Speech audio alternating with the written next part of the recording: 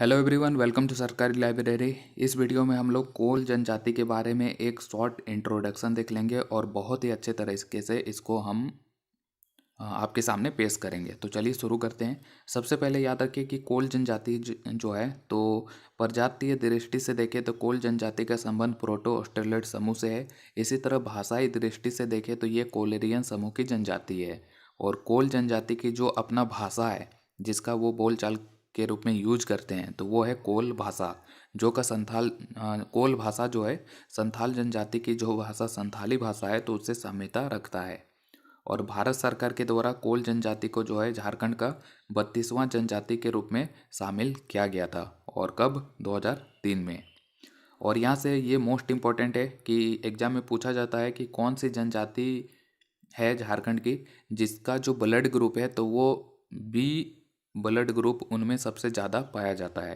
तो ये है कोल जनजाति। ठीक है, तो कोल जनजाति के जो लोग हैं तो उनमें जो रक्त समूह है, जो ब्लड ग्रुप है, तो उनमें बी ब्लड ग्रुप सबसे ज़्यादा पाया जाता है। तो बी रक्त समूह की अधिकता पाया जाता है कोल जनजाति में। और इनका जो निवास स्थल है तो ये कौन सा निवास स्थल है? तो इनका जो निवास स्थल है देवघर, दुमका, गिरिडीह, इन जिलों में ये जनजाति के लोग सबसे ज़्यादा बसे हुए हैं।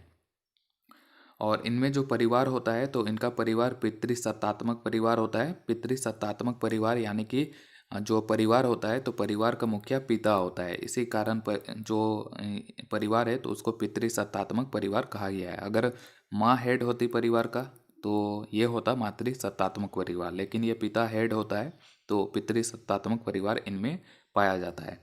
और इनमें जो गोत्र है तो गोत्र की जो संख्या है तो वो है 12। ठीक है, तो कोल जनजाति जो है तो कोल जनजाति भी अलग अलग गोत्र में विभाजित है। सब व्यक्ति का एक अपना गोत्र होता है। इसी तरह कोल जनजाति के लोगों का भी अपना गोत्र होता है और उनमें टोटल 12 प्रकार के गोत्र पाए जाते हैं। और ये कौन कौन से गोत्र है तो यहाँ पे देख सकते हैं। एक हो जाएगा हांसदा, हो जाएगा सोरेन, हो जाएगा किस्कू, मरांडी, हेम्ब्रम, बेसरा, मुर्मू, टुड्डू, चाउंडे, बास्के, फिर यहाँ पे चुनियार, किस्नो, ये सभी जो है कोल जनजाति के गोत्र हैं। और कोल जनजाति में जो वधु मूल्य होता है तो उसको कहा जाता है पोट्टे कहा जाता है। और कोल जनजाति के गांव का प्रधान जो होता है तो वो मांझी कहा जाता है उसको।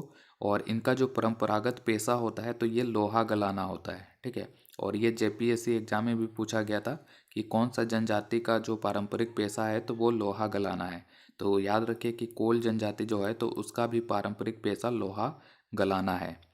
और ये कौन से धर्म को मानते हैं तो ये सरना धर्म के अनुयायी है। और इनका जो प्रमुख देवता है तो उसको सिंगबोंगा कहा जाता है।